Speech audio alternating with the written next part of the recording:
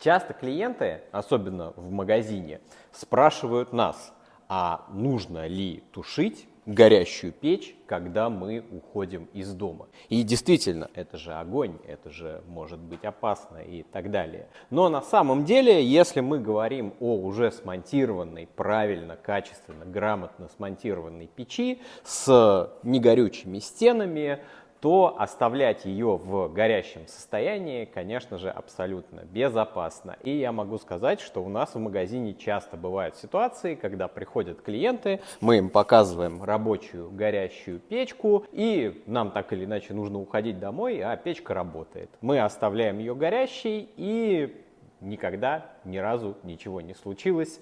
Единственным нюансом являются камины с подъемным механизмом. Камины с подъемным механизмом можно топить в открытом состоянии, и, соответственно, когда вы уходите, камин нужно обязательно